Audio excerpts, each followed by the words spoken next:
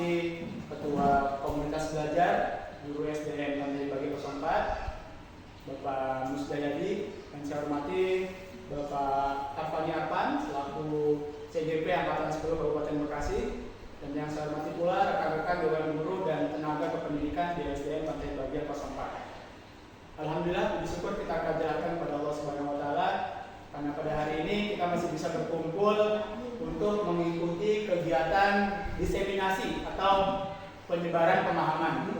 Ini dalam rangka salah satu kegiatan di dalam pendidikan guru penggerak yang alhamdulillah tahun ini sekolah kita masih kebagian satu CGP, yaitu Pak Arpan. Mudah-mudahan nanti bisa menyusul ke guru-guru yang lain karena program guru penggerak ini bermanfaat bukan hanya untuk peningkatan karir tapi juga untuk peningkatan kualitas diri sendiri. Mudah-mudahan semuanya bisa ikutan. Amin. Amin.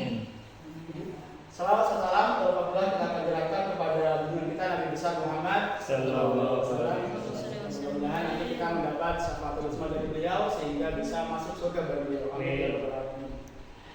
Ya Bapak Ibu yang saya hormati, seperti yang saya ucapkan bahwa hari ini kita akan mengikuti kegiatan diseminasi atau penyebaran pemahaman dengan topiknya budaya positif. Apa sih budaya positif? Sebenarnya sebelumnya kita sudah pernah tahu, dan ini di PMM ada. Kalau mau dapat sertifikat 30 DJP ada. Produknya gampang, cuma kesepakatan kelas. Tinggal foto, bikin umpan balik, selesai. Maksudnya? Iya, bikin kesepakatan kelas, taruh di kelas, foto produknya, kirim ke PMM-nya. Kesepakatan kelas itu antara guru sama siswa. Ya, nanti kita pelajari di sini. Ada di sini. Kita pelajari di sini. Tapi kok pokoknya ada. Kelas ini Bu Ida nih. Pokoknya nanti ada. Jadi kalau mau dapat sertifikatnya dari PMM, cuma produknya nanti dapat dari sini. Bisa. Kita bisa dapat kesepakatan kelasnya dari pelajari budaya positif ini. Jadi silakan Bapak Ibu nanti buka lagi PMM-nya dari budaya positif ada. Dan untuk mengawali kegiatan hari ini, marilah kita buka dengan membaca Bismillah bersama-sama. Bismillahirrahmanirrahim. Acara yang kedua yaitu sambutan. Sambutan yang pertama, sambutan dari Ketua Komunitas Belajar SDN Lantai Bagi 04 kepada Bapak Musdayadi, kepadanya kami silakan. Aku minta Komunitas.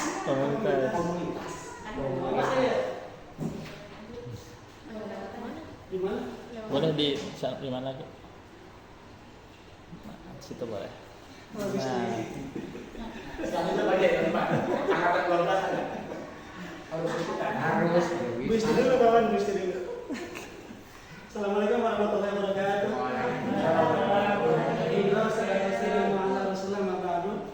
Yang saya hormati Bapak Kepala Sekolah SD 4 yaitu Bapak Junus PD. Yang saya hormati Bapak Ibu Rutan Guru SD 4. Terutama Bapak Akuni Arfan SPD yang sekarang sedang menjalani proses pendidikan guru penggerak CGP ya. Semoga dilancarkan sampai nanti lulus. Amin.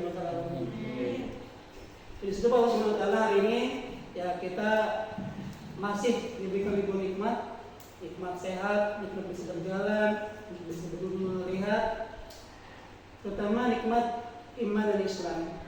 Selawat dan salam selalu tercurah untuk junjungan Nabi besar Muhammad SAW.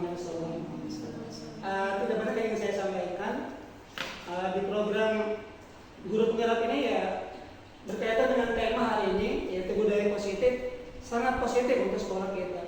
Kemajuan baik untuk tenaga pengajar imbasnya ke siswa.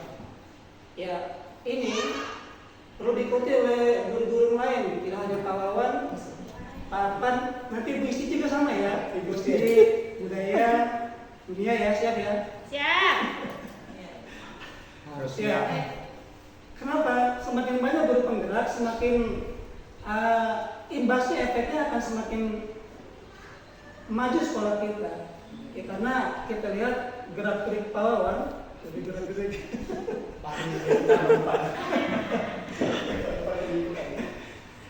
Ya, selama ini, ya apa yang Pak Wawan telah lakukan di sekolah kita, ya terasa, secara tidak langsung terasa.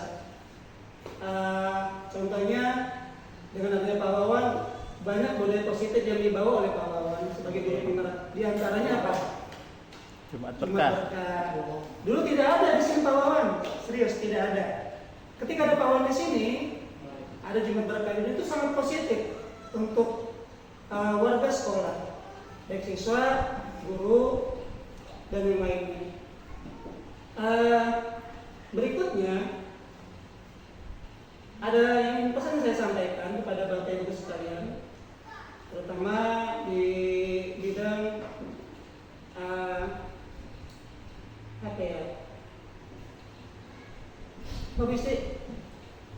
kedisiplinan, disiplin. Kita kadang-kadang gembor-gembor ke siswa supaya disiplin waktu, ya disiplin berpakaian dan sebagainya.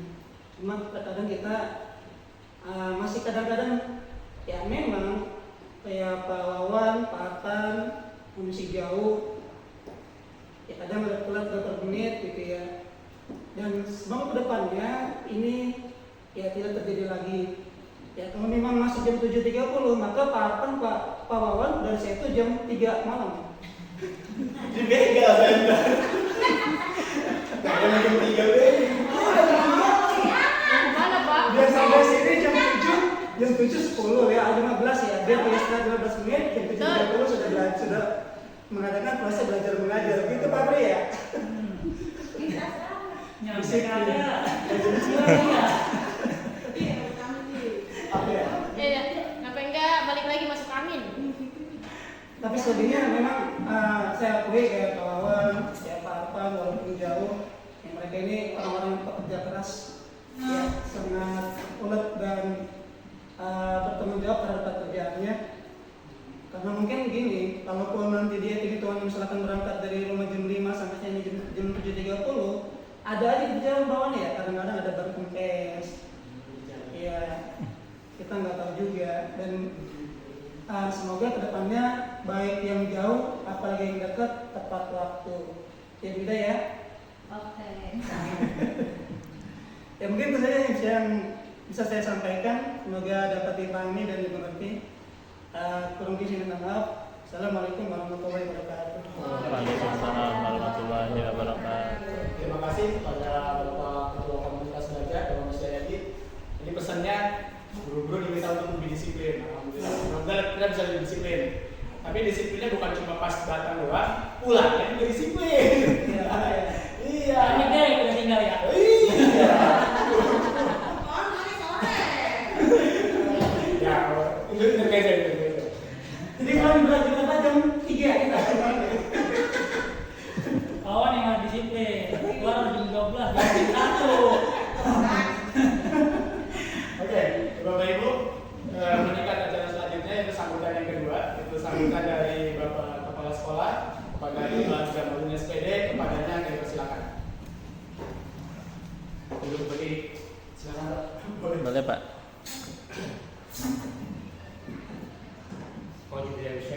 Bismillahirrahmanirrahim. Assalamualaikum warahmatullahi wabarakatuh.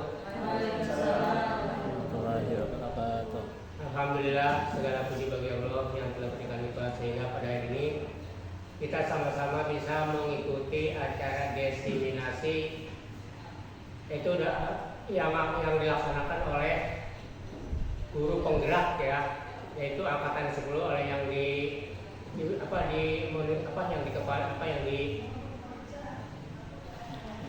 diwakili oleh Pak Nadi Arfan ya. Selawat serta salam tak lupa kita ajarkan kehadiran Nabi Muhammad SAW. Bapak-bapak dan ibu-ibu sekalian, itu sangat bersyukur ya. Sekolah kita sudah punya 2 guru penggerak ya.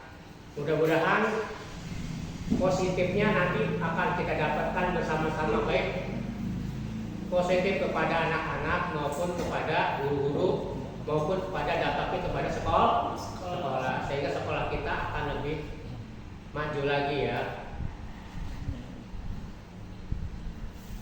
Tadi dikatakan oleh Pak Jaya ya, kita harus semuanya itu harus mempunyai rasa budaya malu ya. Malu apabila datang terlambat ya. Jadi kita jangan hanya menyampaikan kepada anak-anak aja disiplin, sedangkan kita sendiri tidak disiplin ya, kurang disiplin ya.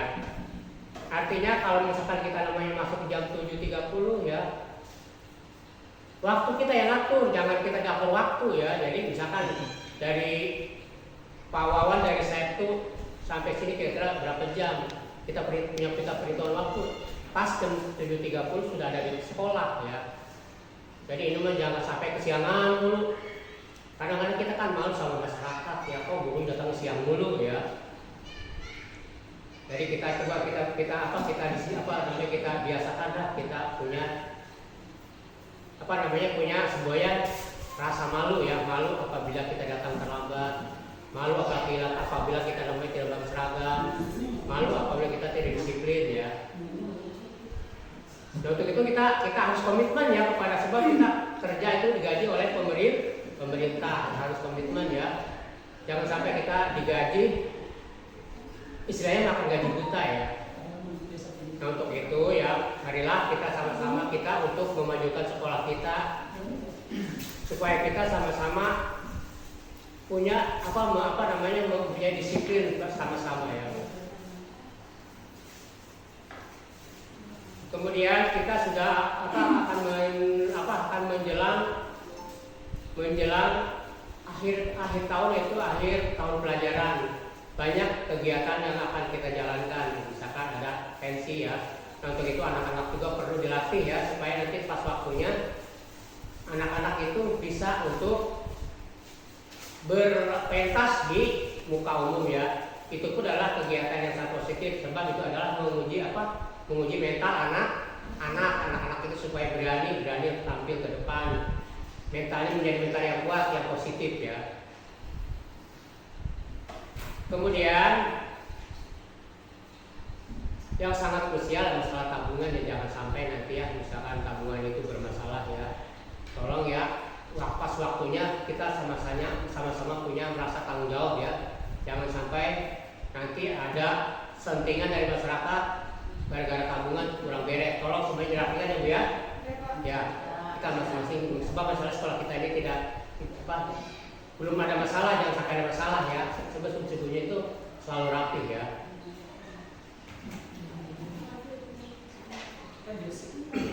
Kemudian berikutnya yaitu nanti kita pelaksanaan pensi itu sekitar tanggal 29. Nanti itu kegiatan-kegiatan itu harus segera dipersiapkan dari sekarang ya, supaya nanti pas waktunya rapi semua, baik latihannya, kegiatan-kegiatannya, panitia-panitianya juga harus rapi semuanya. Ya mungkin dari saya ya, mungkin dari saya juga berarti saya bukannya karena terlalu disiplin banget sama ya.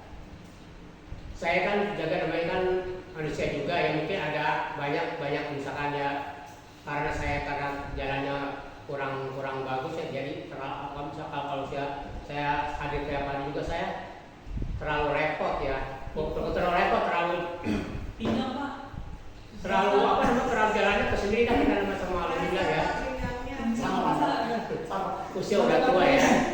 Cuman kita walaupun begitu ya, cuman kalau sekolah kan namanya istilahnya tidak memegang kelas, jadi tidak terlalu tunggu anak-anak ya. Kalau bapak-bapak dan ibu-ibu kalau nggak ngajar, anak-anak nunggu, kasihan ya. Kalau saya namanya paling tunggu bapak-bapak, kalau bapak ibu mau ditunggu sama anak-anak. Kalau anak-anak namanya berkeliaran, gurunya belum sampai kan kasihan ya.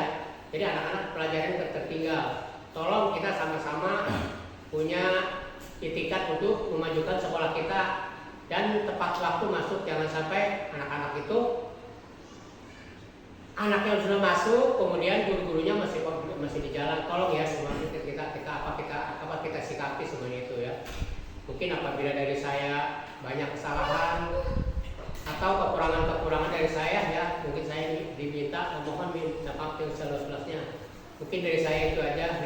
Assalamualaikum warahmatullahi wabarakatuh. Waalaikumsalam warahmatullahi wabarakatuh. Ya, terima kasih kepada Bapak Kepala Sekolah, Bapak memberikan sambutannya. Jadi kalau kita bisa tetap bersama-sama masih tentang disiplin. Ya, tentang disiplin. Dan itu tadi meminta budaya disiplin. ya. Nanti memang di materi ini juga nanti ada tentang disiplin positif. Nanti Bapak Ibu bisa simak bagaimana diri kita sebagai guru juga penting juga untuk memiliki namanya disiplin. Oke, terus selanjutnya yaitu acara inti kita yaitu penyebaran pemahaman oleh Bapak Fani Arfan yang akan menjelaskan tentang budaya positif. Sekali lagi kalau disimak, terutama yang bagian kesepakatan kelas dan yang lainnya, karena kalau mau dapat sertifikat yang itu ntar produknya kesepakatan kelas. Karena kan kalau biasanya nanti nggak ada sertifikatnya, tapi kalau mau dapat silakan yang kesepakatan kelas bisa disimak cara membuatnya gimana. Nanti itu jadi produknya soalnya hasil nyatanya itu. Jadi sertifikatnya Bapak Ibu bisa dapat dari PMM. Oke, langsung saja kita sambut bersama-sama Bapak Fani Arfan untuk menyebarkan pemahamannya tentang budaya positif. Kepada Bapak Fani Arfan, kepada kami persilakan.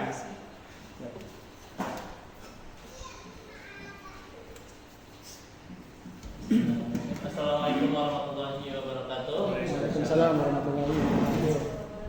Alhamdulillah, nahmaduhu wa nasta'inuhu wa nastaghfiruh wa na'udzu billahi min shururi anfusina wa min sayyiati a'malina may yahdihillahu fala mudilla lahu wa may yudlil fala hadiya lahu. Asyhadu an la ilaha illallah wa asyhadu anna Muhammadar Rasulullah. Yang saya hormati Bapak Jamaluddin selaku Kepala SDN Pantai Bahagia 04. Yang saya hormati Bapak Jayadi Rahmatullah selaku Ketua Komunitas Belajar di SDN Pantai Bahagia 04. Dan juga yang saya hormati Bapak dan Ibu guru kelas 1 sampai kelas 6 beserta guru mata pelajaran serta staf tata usaha dan yang lainnya. Alhamdulillah pada kesempatan hari ini saya diberikan amanah, diberikan tugas untuk menyebarkan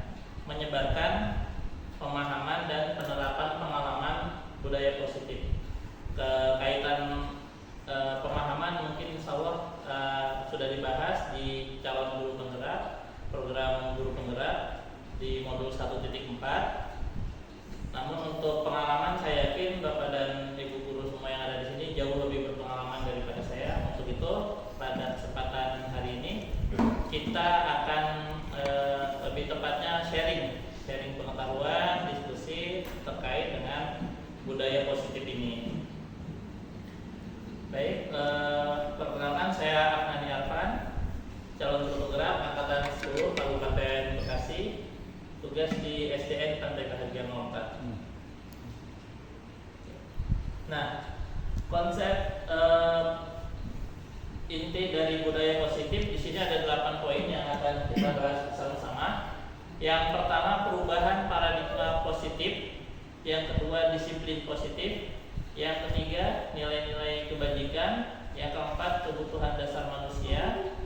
Yang kelima, motivasi perilaku. Yang keenam, posisi kontrol guru. Yang ketujuh, keyakinan kelas. Yang tadi sempat dibahas oleh Pak Wan sedikit, nanti akan kita bahas di dalam di sini. Dan yang terakhir, segitiga restitusi. Nah, ke-8 hal ini insya Allah akan kita bahas bersama-sama, akan kita gali, kita pelajari semua, kita diskusikan sehingga nanti harapannya akan memunculkan budaya positif di SDN Pantai Bahagia 04. Nah, yang pertama tentang pembelajaran dengan paradigma baru. Pembelajaran dengan paradigma baru merupakan pembelajaran yang dirancang berdasarkan prinsip pembelajaran berdiferensiasi sehingga peserta didik belajar sesuai kebutuhannya berdasarkan tahap perkembangan sesuai teori psikologi modern untuk mewujudkan profil pelajar Pancasila. Nah, Bapak dan Ibu semuanya, kaitan kita sama-sama tahu ketika kurikulum ini berganti, yang tadinya kurikulum 2013 berubah menjadi kurikulum Merdeka, tentu diiringi dengan perubahan paradigma atau cara pikir kita terhadap pendidikan ini. Nah, untuk di paradigma baru yang akan kita bahas, ini paradigma yang sekarang kita pakai ini pembelajaran berdiferensiasi, artinya kita memahami bahwa setiap anak itu berbeda, otomatis penanganan juga berbeda, dan kesemuanya itu nantinya akan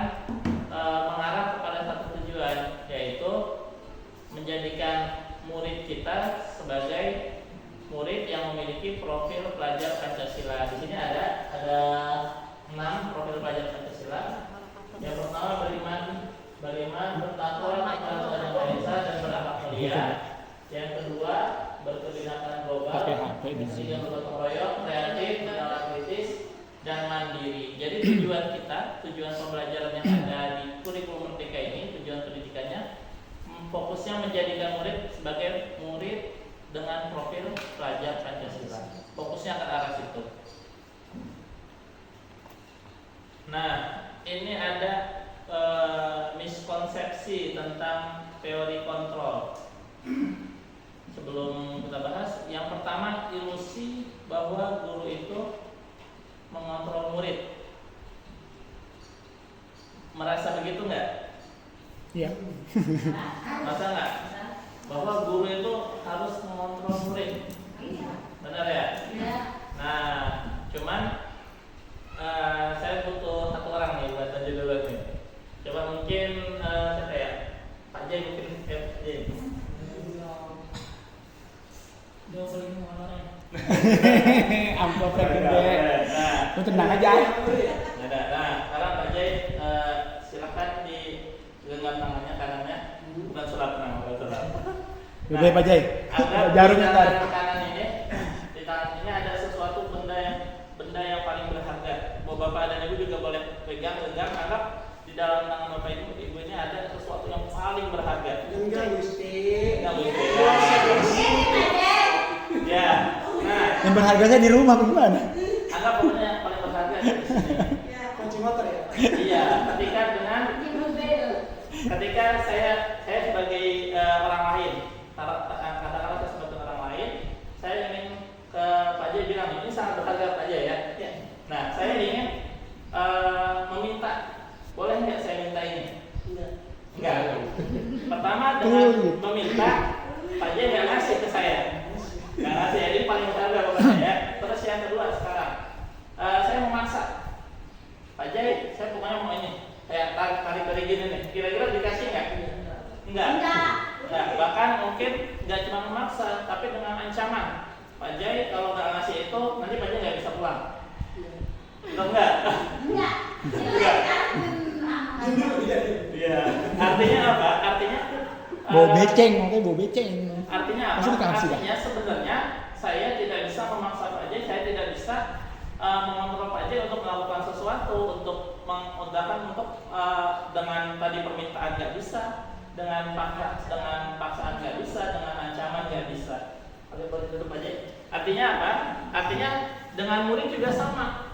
Ketika kita menganggap bahwa kita ini bisa mengontrol murid, pada dasarnya di diri murid itu bisa jadi lah murid sekedar mengikuti saja, tapi bisa jadi karena terpaksa. Artinya mengontrol sepenuhnya itu tidak bisa gitu. Nah, ini ilusi guru mengontrol murid ini harus sedikit kita luruskan bahwa kita itu sebenarnya tidak bisa mengontrol murid secara keseluruhan, secara penuh itu tidak bisa. Apalagi si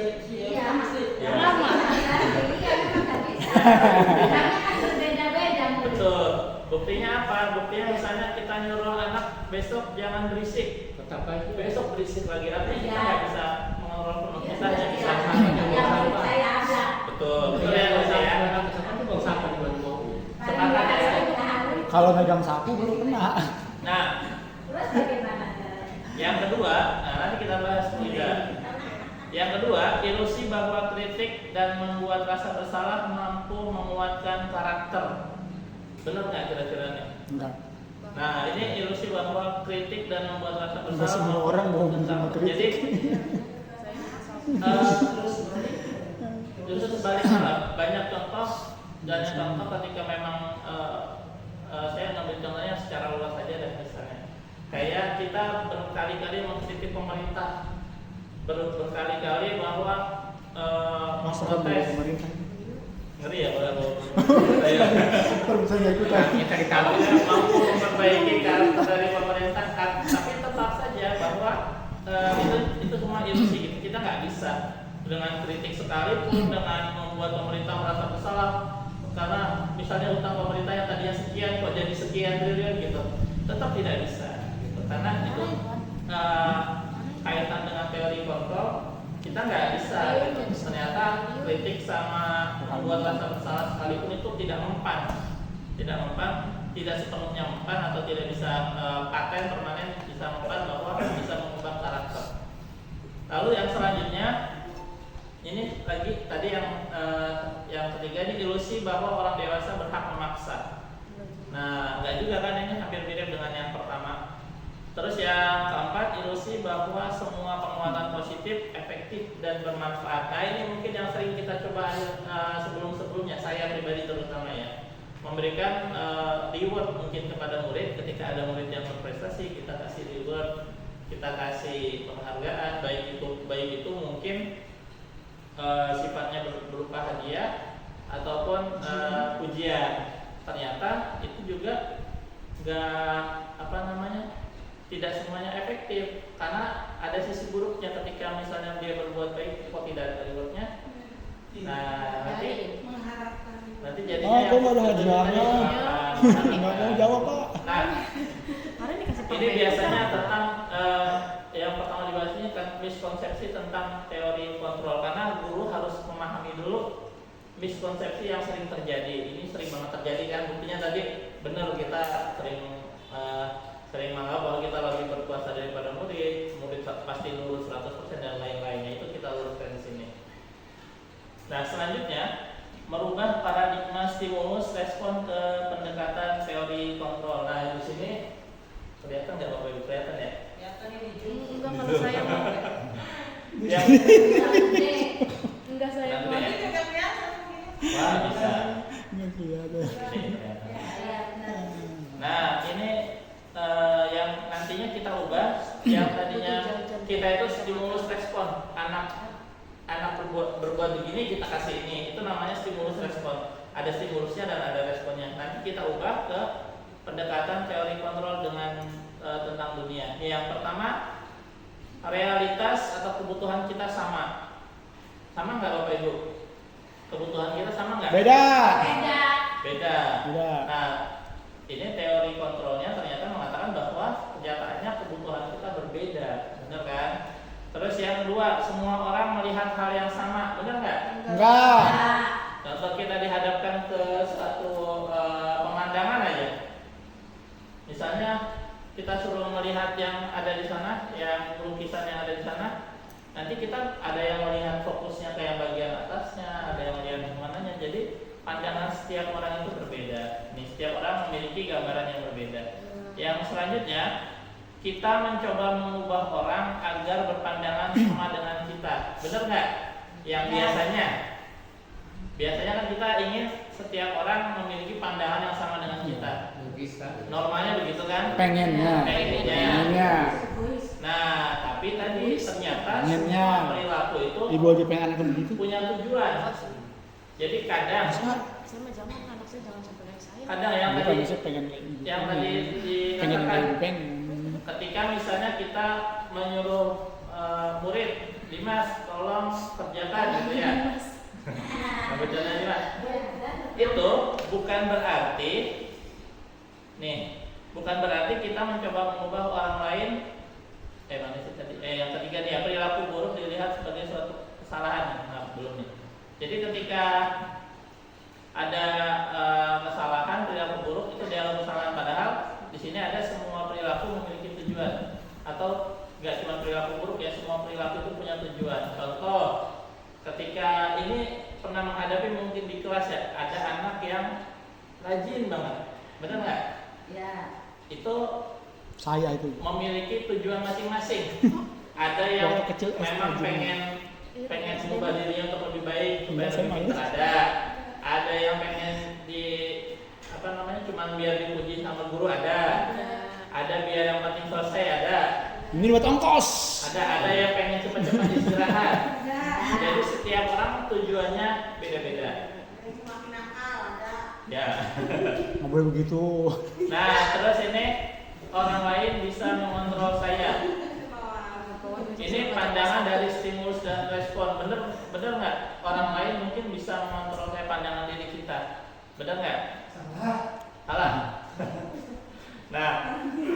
Nah, yang benar itu adalah hanya Anda yang bisa mengontrol diri Anda sendiri. Serakah ya. Selanjutnya saya bisa mengontrol orang lain. Nah ini waktu itu kebalikannya yang tadi sampaikan. Tapi kenyataannya nggak bisa mengontrol orang lain. Tapi orang lain itu memiliki pandangan bahwa saya mah mau nurut atau enggak itu terserah saya gitu. Mau nurut juga itu berarti pandangan dia sendiri gitu. Lalu yang selanjutnya pemaksaan ada pada saat bujukan gagal. Benar nggak yang tadi saya contohkan ya? Ketika dibujuk gagal, akhirnya dipaksa.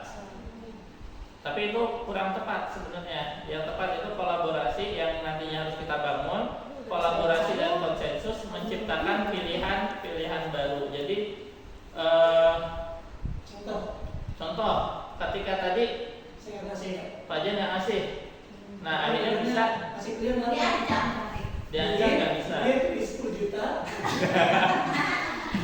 Kira kawan kiri. Iya, akhirnya menciptakan pilihan baru. Super deal. Kira 1, kira 2. Akhirnya nanti Pak J mau menukar tidak yang ada di tangan Pak J dengan ini, gitu. Atau misalnya Pak J gimana kalau nggak saya minta deh saya pinjam. Itu jadi bentuknya nanti kolaborasi pilihan-pilihan yang ada. Lalu yang selanjutnya model berpikir menang atau kalah. Nah ini kadang yang sifat kita ya wajar ya. Kadang menang atau kalah, pokoknya kalau nggak menang ya kalah gitu. Padahal kita harusnya nanti kedepannya berpikir menang-menang, artinya mencari win-win solution. Gitu. Yang begini ada bahasa Inggris. Sama-sama menang atau jalan yang terbaik gitu.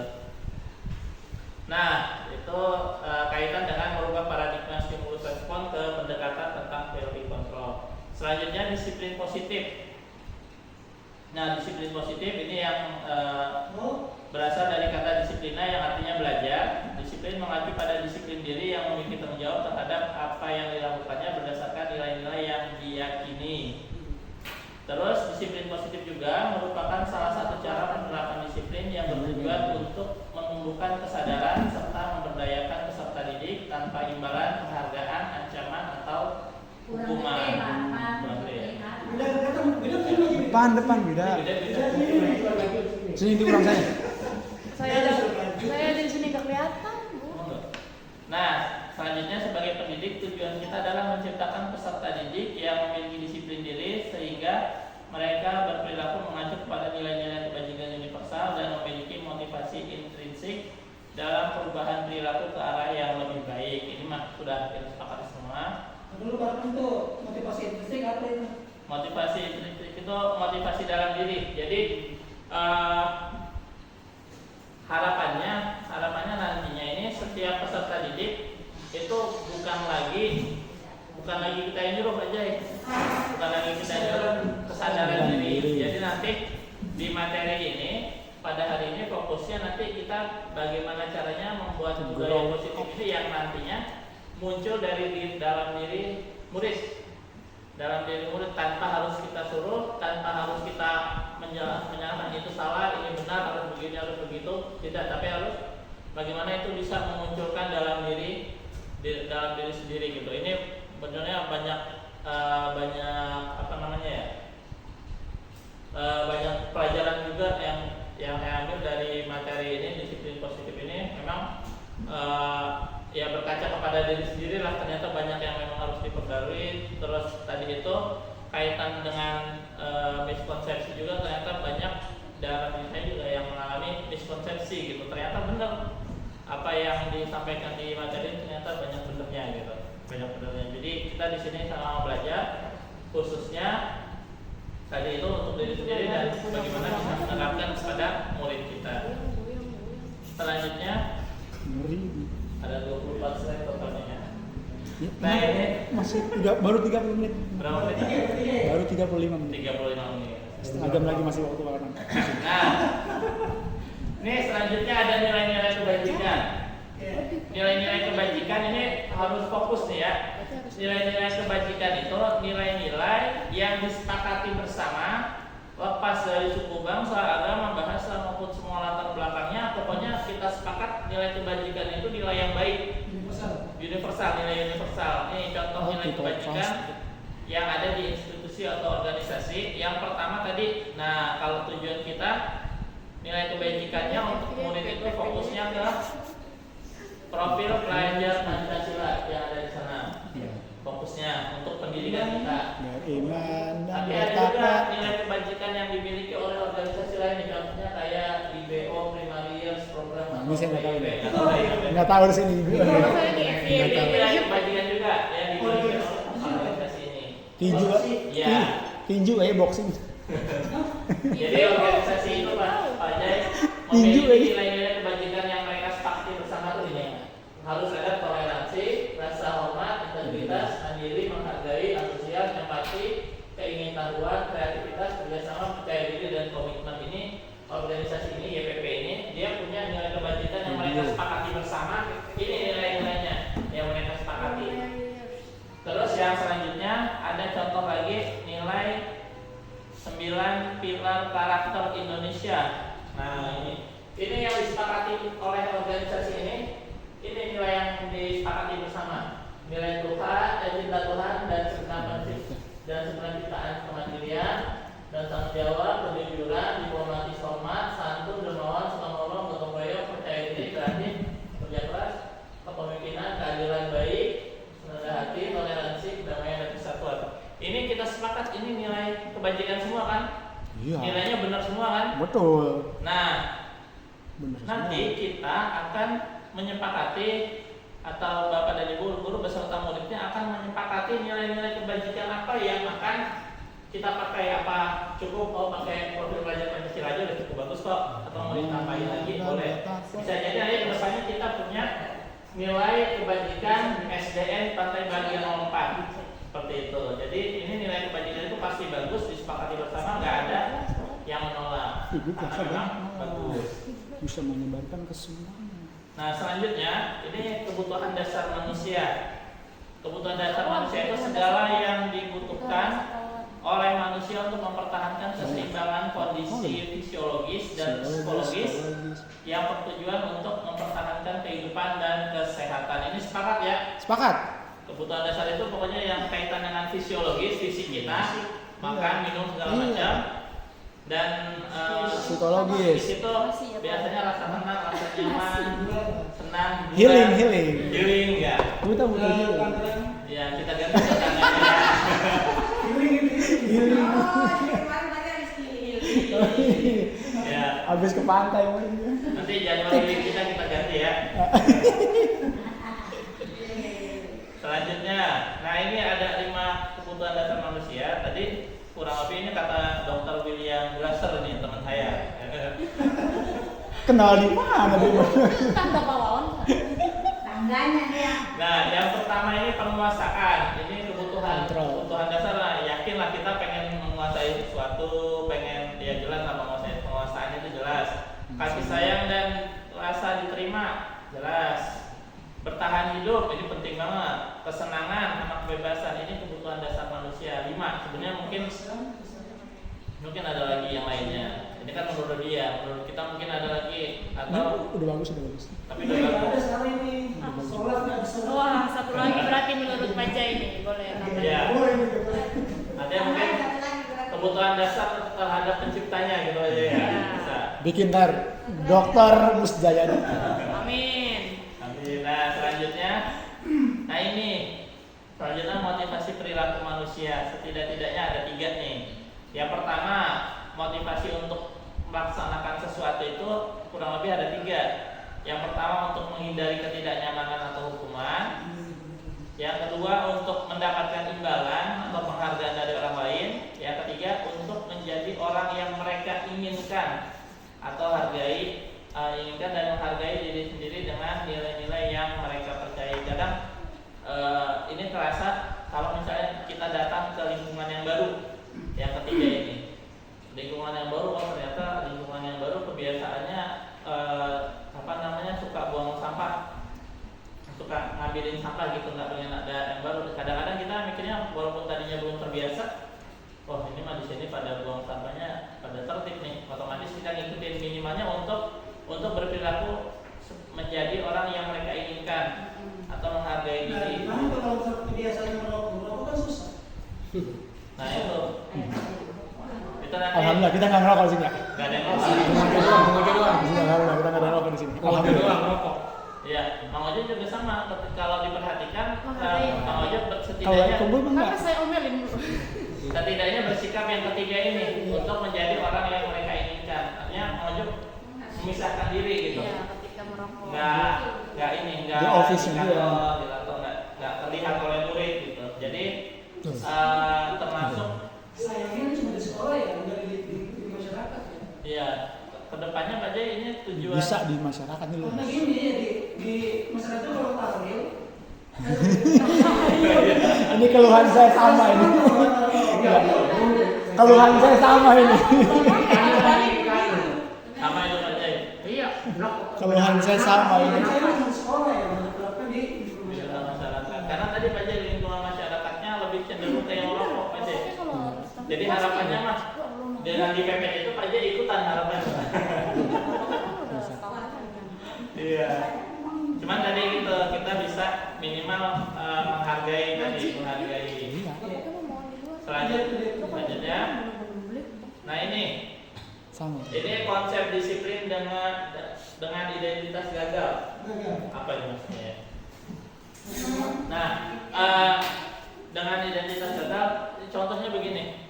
Di sini ada dua poin yang utamanya hukuman dan penghargaan itu sebenarnya sistem mendisiplinkan diri dengan cara yang biasa kita lakukan, tapi sebenarnya kalau menurut ini nih menurut gagal. Menurut Glaser sebagai. Menurut Glaser ya, yang tadi gitu. Menurut Glaser. Itu kenapa? Karena ketika mendapatkan hukuman pasti yang dirasakan ini menyakitkan, tidak nyaman, murid takut, terus bersifat memaksa, terus murid menyembunyikan kesalahan. Biasanya kalau kaitan dengan hukuman pasti menyembunyikan, berusaha mengelak sedemikian rupa lah ya. Terus murid menjadi rendah diri itu kayak tidak percaya diri. Setuju nggak Gusti? Enggak, saya nggak setuju. Enggak sepenuhnya setuju. Karena ini aja setiap kebiasaan siswa itu tugas Pak. Ketika mereka dikasih hukuman, alhamdulillah hampir 90% itu kasih praktek. Ada perubahan benar-benar nyata gitu. Nah, sebenarnya nanti kita bahas lagi. Nah, imbasnya ke mereka nanti setelah dewasa, ketika di PPP dan ketika itu aturan, Iya. akan bisa bertarung ya. Seperti itu. Iya. Kalau yang ini, kalau saya pribadi ya sebenarnya untuk hukuman sendiri saya nggak sepenuhnya menolak Fleksibel aja. kali ya. Fleksibel sebenarnya. Nanti ada di bahasan selanjutnya. Ini penghargaan. Kalau mau cari terkadang kan nggak dengan Iya. DPR, wah, Sampai jadi orang. ada belakangan. Itu negatifnya dari hukuman. Aku bingung jadi. Itu negatifnya dari hukuman. Terus kalau yang Ntar Bu, kita ada pelajaran dari sini Bu, ada. ini nanti tidak efektif, merusak hubungan, menimbulkan sifat iri, mematikan kreativitas bagi yang tidak dapat penghargaan biasanya. Terus menghukum dengan sistem ranking, merampas hak menghargai dirinya. Nah, Sama kayak hukuman. sebenarnya Kalau kalau misalnya kita mendengarkannya sampai di sini Kalau saja, polisi itu lagi sih. gagal paham kita baca. Kita pasti apalagi kita mendengarkannya sampai sini saja dan langsung diaplikasikan. Kacau Pak Jai, sekolah Pak Jai. Nggak ada hukuman, nggak ada penghargaan. Gak ada hukuman, gak ada penghargaan. Anak belajar merdeka kacau. Cuma nanti ada lanjutannya. Tenang, ada lanjutannya. Ada lanjutannya. Makanya jangan sampai di sini. Masih cukup kan Pak? Masih. Bapak mau 2 jam lagi saya tungguin. Tenang. Oke. Sampai jam 12 kan tenang. Udah pernah makan kan? Nah, Dia jalan itu jam 1 lebih di 11 sih. nah, selanjutnya ini konsep disiplin dengan identitas sukses. Nah, tadi yang pertama ini dengan konsekuensi. Konsekuensi ini ada penguatan jangka pendek. Yang tadi Pak Jai bilang sebenarnya bukan kalau misalnya kita menghukum itu lebih ke enggaknya lebih ke membebani, menyakitkan segala macam aja. Kalau yang konsekuensi ini ada penguatan jangka pendek. Artinya tadi misalnya sepakatan ketika misalnya berkata kasar, konsekuensinya apa? Misalnya yang paling gampang ya, kalau misalnya nanti setiap berkata kasar menuliskan ini gitu, saya tidak berkata kasar atau akan membersihkan sampah atau segala macam, itu bentuk konsekuensi diperbolehkan. Terus yang kedua, perlu monitoring berkelanjutan yang konsekuensi tadi. Jadi ini kalau beda antara hukuman dan konsekuensi. Nanti ada, kalau misalnya hukuman itu lebih ke fisik, menyakiti fisik Pak Jay, menyakiti ya, misalnya memukul gitu atau segala macam, itu hukuman. Kalau konsekuensi tidak menyakiti fisik, tapi apa yang mereka lakukan pasti ada konsekuensi yang harus dilakukan. Ada hubungannya dengan. Ada hubungannya, ada hubungan dengan perbuatan mereka. Misalnya nyoret-nyoret tembok, konsekuensinya harus bersih lagi gitu Pak Jay. Itu murid. Nah, nanti selanjutnya ini murid akan menghormati peraturan. Kalau misalnya dilaksanakan, konsekuensi ini dilaksanakan. Terus kehilangan waktu untuk merenungi kesalahan ini nggak begitu lama merenungi kesalahan, karena langsung begitu melakukan kesalahan konsekuensinya apa, langsung cepat gitu. Nah, terus selanjutnya ini ada yang baru kita dengar nih. Tahun kemarin udah dengar sebenarnya ya. Restitusi. Restitusi itu nantinya akan memunculkan murid bertanggung jawab untuk perilakunya, fokus untuk pemecahan masalah jangka panjang, murid menghormati dirinya dan orang lain, teori kontrol, dirinya yang memegang kendali, murid bersemangat memperbaiki kesalahan. Nah, restitusi ini nanti ada di poin terakhir di materi ini. Nah, ini konsep disiplin dengan pendekatan restitusi. Nah, ini sebuah cara menanamkan disiplin positif pada murid. Nah, ini pengertian restitusi nih. Proses menciptakan kondisi bagi murid untuk memperbaiki kesalahan mereka sehingga mereka bisa kembali pada kelompok mereka dengan karakter yang lebih kuat, dengan karakter baik yang lebih kuat. Ciri-ciri restitusi bukan untuk menebus kesalahan. Jadi yang udah salah udah enggak, bukan untuk ditebus atau penebusan dosa segala macam, enggak ada ya. Ini bukan untuk menebus kesalahan, namun untuk belajar dari kesalahan. Memperbaiki hubungan, tawaran bukan paksaan. Restitusi menuntun untuk melihat ke dalam diri. Restitusi mencari kebutuhan dasar yang mendasari tindakan. Restitusi diri adalah cara yang paling baik. Restitusi fokus pada karakter bukan tindakan. Restitusi fokus pada solusi bukan pada penyebab, tapi solusinya apa yang sudah terjadi. Udah ibaratnya kalau misalnya ada gedung kebakaran, ya fokus ke paling cari penyebabnya, tapi bukan cari penyebabnya terus selesai, tapi lebih ke ini gedung udah kebakaran, dan ada kebakaran, apa solusi ke depannya, apa kita bangun lagi, apa segala macam. Jadi lebih ke solusi-solusi ke depannya, karena itu yang masih bisa diusahakan. Kalau penyebabnya sudah tidak bisa diapakan lagi, ke paten. Restitusi mengembalikan murid yang berbuat salah kepada kelompoknya. Maksudnya ada nanti Pak Jay. Jadi kalau misalnya ada murid melakukan kesalahan nih Pak Jay, membuli gitu ya, itu bukan dengan hukuman, tapi gimana caranya supaya dia bisa memperbaiki, tidak membuli lagi, dan nantinya bisa diterima lagi oleh kelompoknya, gitu Pak Jay. Dan gimana caranya supaya bisa mengembalikan. Jadi bukan ini ada bermasalah udah keluar gitu selesai, enggak, tapi gimana caranya dia memperbaiki diri, masuk ke kelompoknya. Kita menghindari yang diinginkan di sini, yang saya pahami itu sebenarnya menghindari untuk menciptakan kelompok-kelompok tanpa masyarakat aja. Jadi kalau misalnya udah ada orang maling, bocah maling, begitu dianggap udah nggak guna segala macam, dikucilkan, dia bukannya jadi makin benar, bisa jadi makin parah. Jadi mandanya dia penguatan karakternya bisa lebih baik dan nanti diterima lagi di masyarakat. Begitu saja yang saya pahami. Nah, ini perbedaannya. Ada hukuman, konsekuensi sama restitusi. Hukumannya bedanya ini. Guru menghukum siswa tersebut hormat bendera selama 10 menit. Atau guru marah dan murid takut. Ini hukuman, ciri-ciri hukumannya. Kalau konsekuensi, PR disuruh guru memberikan konsekuensi untuk mengerjakan PR-nya saat istirahat. Misalnya ada yang nggak mengerjakan PR, ya harus konsekuensi dikerjakan waktu istirahat, tapi 3 kali lipat. Nah, itu konsekuensi. Terus ini cirinya, guru tegas dan siswa menghormati peraturan. Jelaskan ini. Jadi ketika murid tidak mengerjakan PR, mereka akan takut sendiri, akan lebih menghormati peraturan yang ada. Karena udah tahu konsekuensinya tanpa kita hukum segala macam. Dan ini masuk akal dengan apa yang kesalahannya, konsekuensinya. Apa salah ini, konsekuensinya ini. Nah Nah, kalau untuk restitusi ini beda. Ini guru menanyakan keyakinan kelas atau dirinya dan membantu siswa untuk menyelesaikan masalahnya. Nah, ini guru bersifat terbuka, siswa menghormati dirinya dan orang lain. Jadi perbedaannya itu. Contohnya gini, ketika misalnya ada murid tidak mengerjakan PR, nah itu nanti kita bukan langsung jodoh konsekuensi, tapi kita aja ngobrol. Lama sebenarnya di sini ya. Muridnya banyak banget ya. Banget.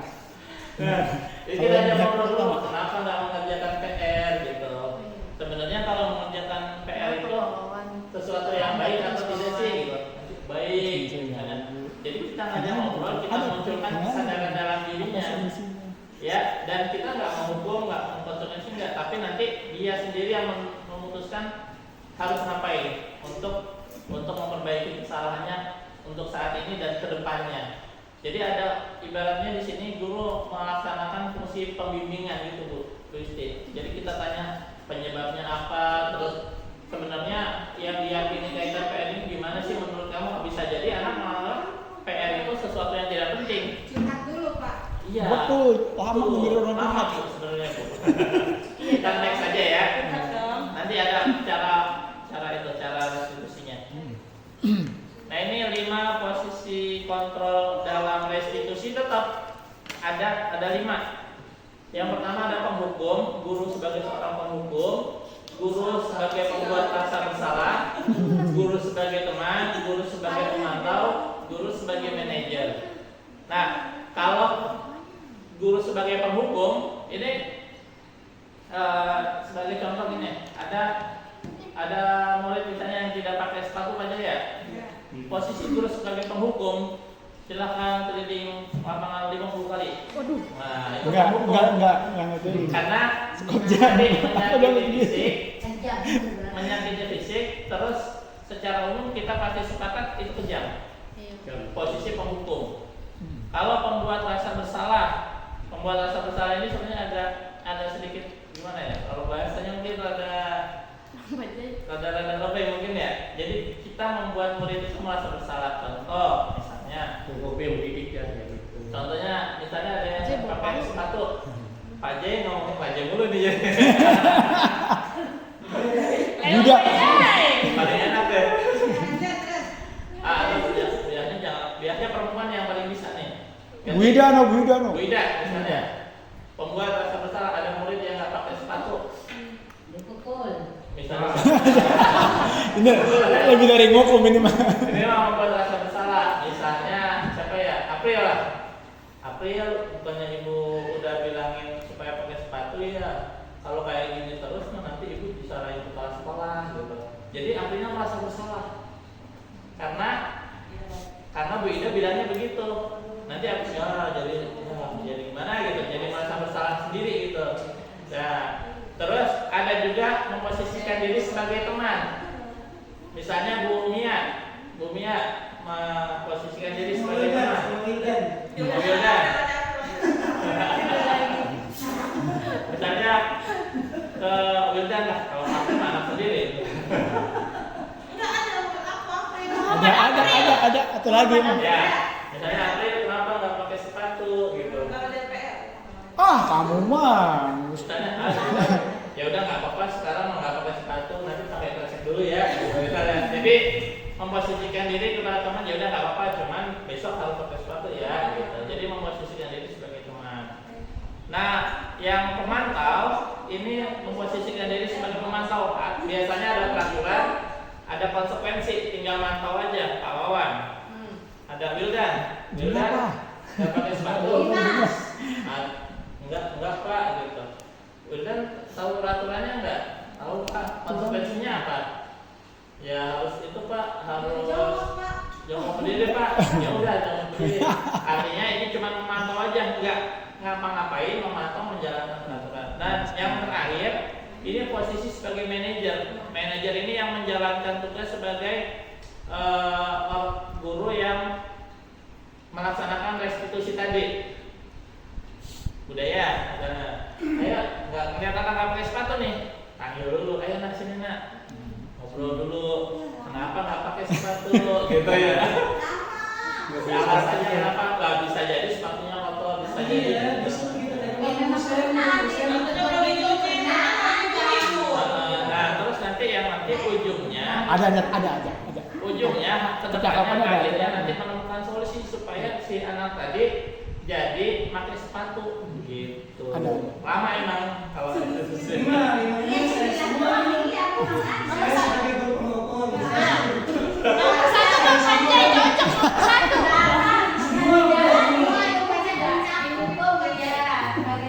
Iya, ini memang sudah sering kita laksanakan sebenarnya. Lanjut, nah ini ya. Ini contoh kalimatnya nih. Patuhi peraturan sekolah lalu berdiri di sana. Ya. Yang hukuman tuh. Oke. Terus, nah ini nih yang tadi sempat dibahas oleh Pak Awan, keyakinan kelas. Kenapa keyakinan kelas? Mengapa tidak peraturan kelas saja? Apa bedanya? Nah ini mengapa kita memiliki tentang penggunaan helm saat mengendarai sepeda motor? Kenapa pakai helm? Kayak aman. Biar nggak ditilang. Ya lebih. Nah terus, tuh. Nah Udah pinter. itu jadi ya. Jadinya itu kan kita yakini Bu Ida ya. Nah itu juga nanti yang kita harapkan ada pada murid memiliki keyakinan yang benar. Terus beda sama kalau peraturan beda. Kalau peraturan itu nggak sekuat keyakinan. Contoh, misalnya Bu Ida ke kota, pakai helm nggak? Pakai. Pakai karena Polisi. peraturan. Anak takut polisi. Itu kalau peraturan. Kalau keyakinan beda Bu. Beda. Nggak harus ke kota juga Iya. pakai helm. Karena tadi bedanya ya. Iya. Tuh kalau kawan pakai helm misalnya kayak saya. Kayak kamu pakai helm. Iya. Keamanan. Saya pakai helm dulu. Kayak gitu. Jangan bekas pakai helm. Berarti muncul keyakinan. Karena itu keyakinan. Pas aku polisi, foto polisi bukan. Karena polisi. Foto polisi. Paham ya? Saya sama diri kita sendiri. Iya betul itu namanya keyakinan bener Pak. Lanjut. Nah, ini cara membuat keyakinan di kelas nih. Nah, nanti yang pertama itu guru sama murid pastiin dulu ada peraturan kelas dulu. Ada peraturan kelas, baru nanti diubah tuh peraturan menjadi keyakinan. Baru menempelkan keyakinan di kelas. Coba ada di sini nggak ya? Nah ini nih. Selanjutnya, bagaimana pembentukan keyakinan kelas? Nah ini lebih abstrak dari peraturan berupa pernyataan universal, dibuat dalam bentuk positif, sedikit saja supaya mudah diingat, dapat diterapkan di kelas, bersedia meninjau kembali keyakinan kelas dan semua warga harus mengikuti. Ini contohnya nih biar cepat tuh. Ini peraturan sekolah ini tuh. Ini kan peraturan kelas ya, peraturan kelas. Tuh, ini peraturannya begini. Kota tuh buat itu. Tuh cara bikinnya. Sih, foto. Ini peraturan kelas. Contoh. Enggak, kelas mana nih? Ini contoh.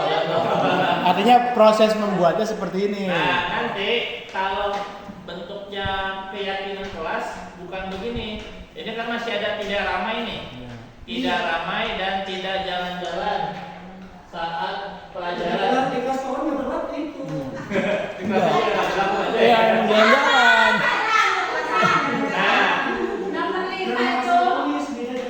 Nah, kalau misalnya kalau ini kan peraturan, kalau keyakinan itu nggak boleh ada kata negatifnya. Jadi keyakinan kelas contohnya ini yang udah jadi aja nih. Tuh. Nih, ketuk pintu dan beri salam sebelum masuk. Ini keyakinan bersama yang misalnya keyakinan misalnya ada murid yang nyelonong masuk set. Tunggu dulu. Keyakinan kelas kita apa? Yang kita yakinin, oh kalau masuk kelas harus ketuk pintu. Nah, itu keyakinan. Terus contoh yang lainnya nih. Ini keyakinan kelas yang disepakati bersama harus bersikap jujur, bertanggung jawab, saling menghargai, ramah, sopan dan peduli, menyimak dengan baik.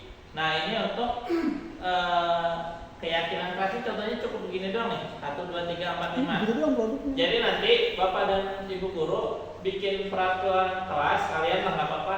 Habis itu bikin keyakinan kelas. Nanti bikin begini, tempel bersama-sama, tempel 1, ini 2, ini 3, ini sampai 5, foto selesai. Itu bisa dijadikan sebagai aksi nyata untuk PMM. Gampang banget itu. Iya begitu. Cuma butuh foto-fotonya aja. Nah, selanjutnya wah, dikit lagi nih. Nah, ini nih segitiga restitusi. Udah terakhir nih berarti nih. Menstabilkan identitas. Kita semua berhak melakukan hal terbaik yang bisa kita lakukan. Validasi tindakan yang salah. Semua perilaku memiliki alasan. Yang selanjutnya menanyakan keyakinan. Nah, tadi keyakinan yang dimiliki untuk memunculkan motivasi internal nih, diperbesar nih. Contoh yang pertama apa sih tadi? Menstabilkan identitas nih. Contoh kata-katanya kayak gini nih. Setiap orang pasti pernah melakukan kesalahan. Kamu bukan satu-satunya yang melakukan ini. Contoh, ada anak yang maling sendal gitu ya. Maling sendal. Contoh. Jangan. Terlalu kejam ya? Apa ya? Nyontek. Misalnya ada nyontek. Ini Dimas, begitu dipanggil bukan salah. Tapi gini, menstabilkan identitas dulu. Dimas kesini. Tadi ngapain? Nyontek Pak. Salah. Enggak gitu. Langsung nyontek berdiri enggak. Semua orang bisa nyontek. Ditanya dulu. Semua orang pernah nyontek. Orang pasti nyontek. Pernah nyontek. Semua orang pernah nyontek. Jadi gitu. Kita stabilkan identitas dulu, samakan persepsi. Semua orang bisa salah. Tapi juga pernah nyontek, sering malahan. Nah, tapi lalu lanjut ke yang bagian kedua. Bagian kedua itu validasi tindakan yang salah. Kamu tentu punya alasan melakukan ini. Apakah ada cara yang lebih efektif untuk mendapatkan yang kamu butuhkan? Contohnya gini, Dimas ketika nyontek tadi ya, emang kenapa Dimas nyontek? Gitu. Pasti punya alasan kan, biar misalnya nggak bisa, belum paham gitu ya. Oh belum paham misalnya. Nah, baru kita tanya lagi, emang selain nyontek seharusnya ada cara nggak supaya bisa paham gitu. Nanti dia menggali informasi, oh berarti harus belajar Pak gitu. Nah, terus yang ketiga menanyakan keyakinan atau yang disepakati bersama di kelas. Misalnya di kelas itu udah ada sepakat ketika belum paham rajin belajar gitu. Emang Dimas sudah belajar belum? Belum Pak misalnya. Emang Dimas masih ingat nggak keyakinan kelas kita rajin belajar? Nah, Dimas sudah rajin belajar belum? Nah, belum. Nah, selanjutnya supaya nggak nyontek, kedepannya harus gimana? Harus rajin belajar. Jadi nanti jawaban-jawaban itu muncul dari anak yang bermasalah, sehingga nanti muncul motivasi dalam dirinya untuk berubah menjadi yang lebih baik. Ini ada, nah selanjutnya ada drama nih, ada drama tentang keyakinan kelas. Oh, butuh speaker berarti benar ya? Ada subtitlenya nggak? Ada apa-apa nih? Tulisannya itu apa? Ada.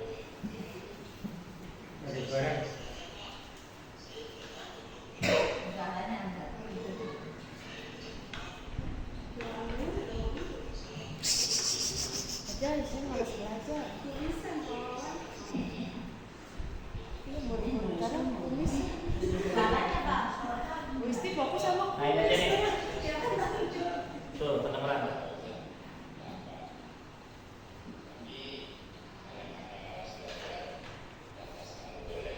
Emang belum DP kapan? SMP dulu. Belum DP.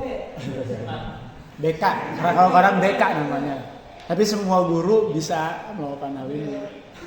Bukan cuma guru BK. Ini udah dipanggil. Jadi persilakan.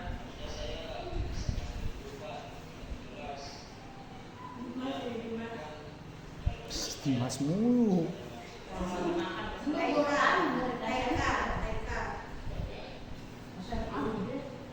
Oh, udah berapa menit Bang? Lebih udah. Sejam lebih. Oh ya. Ini udah terakhir.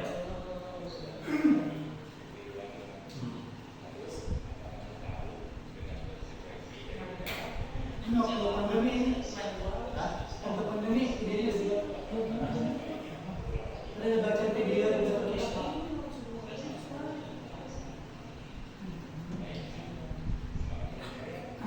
bisa kan pemikiran seperti ini kan? Masalahnya ini Dipandu sama guru. memang Guru yang kemarin ketika saya praktekkan ya memang jawabannya tidak seperti yang kita inginkan. Iya, makanya dipandu sama guru dipancing. Dipancing. Pemahaman anak SD itu beda dengan Iya. anak SD. Tapi bukan berarti nggak bisa. Guru bisa mancing, kasih pilihan, boleh. Kelas 4 itu ya, yang berantem mulu dia mah. Berantem mulu emang dia.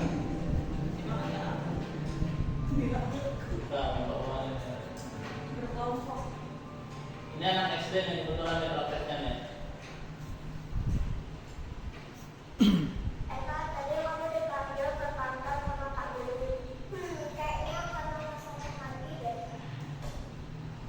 Muridnya yang tuh ya tuh di setting mana? Namanya juga buat video, Bu.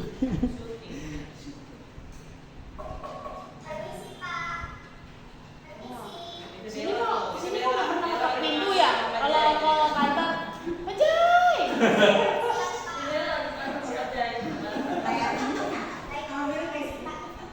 Nah, dulu. Apakah kamu tahu kenapa Bapak memanggil hari? Ajay, Dimas berantem. Nah, sekarang coba kamu ceritakan bagaimana kronologi kejadiannya.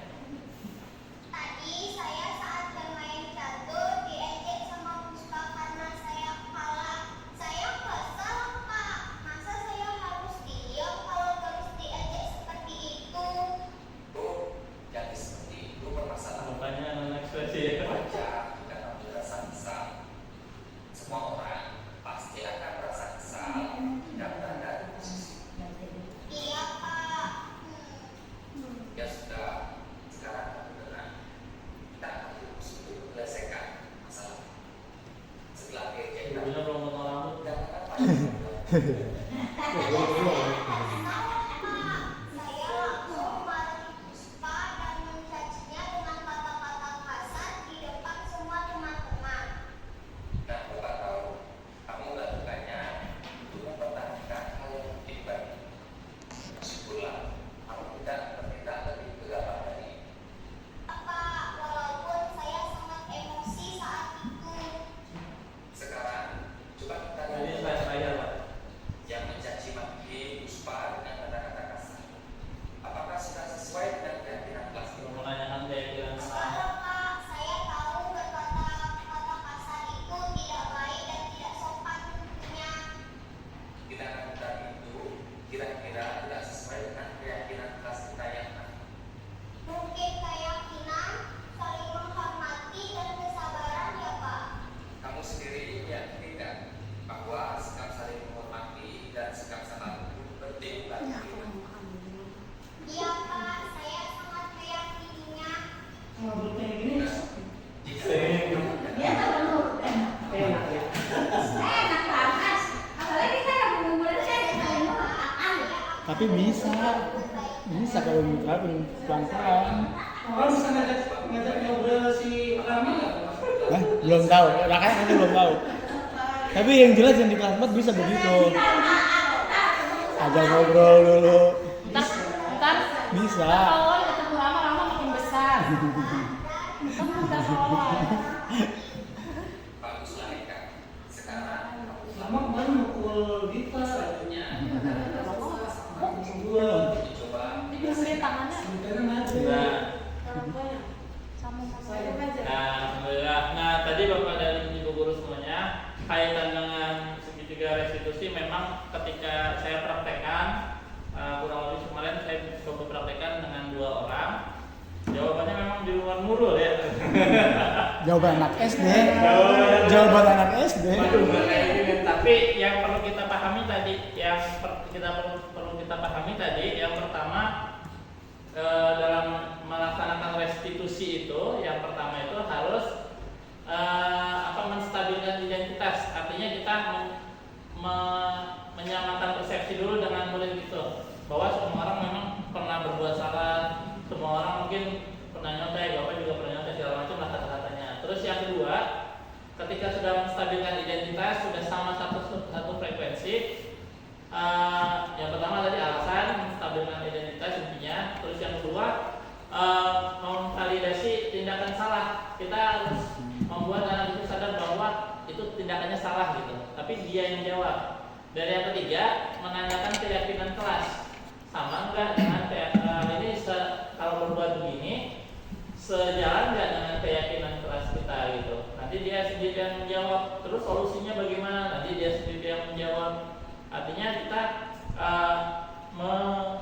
mengusahakan untuk jawaban-jawabannya itu muncul dari anak gitu, dari murid, supaya bisa menunjukkan motivasi intrinsik harapannya. Bukan berarti tadi yang hukuman konsekuensi itu kalau hukuman mah enggak ya, bukan berarti konsekuensi penghargaan segala macam itu tidak boleh diberikan, boleh saja. Yang penting tadi ada porsinya, pada porsinya dan tepat gitu. Sudah itu pilihan keberapa. Terutama untuk yang hukuman itu mungkin pilihan yang terakhir banget gitu. Nah, kepada ibu guru sudah berada di akhir pertemuan kita pada siang hari ini. Mungkin ada pertanyaan atau yang mau didiskusikan terkait dengan materi budaya positif? Ada? Tidak? Ada yang mau nanya nggak Bu? Ayo silakan Bapak Ibu kalau jika ingin bertanya atau menyampaikan pendapatnya, silakan. Cukup? Oke, cukup kan ya? Nah, kalau misalnya kalau sudah tidak ada pertanyaan lagi, mudah-mudahan dari materi ini sedikit materi yang disampaikan bisa diterapkan terkait dengan budaya positif yang salah satunya keyakinan kelas, terus melakukan memperbaiki paradigma kita tadi dan lain sebagainya sudah disampaikan. Semoga bisa sama-sama kita terapkan bersama. Saya mohon maaf apabila ada kesalahan. Saya akhiri, wabillahi taufiq wal hidayah. Wassalamualaikum warahmatullahi wabarakatuh. Waalaikumsalam warahmatullahi wabarakatuh.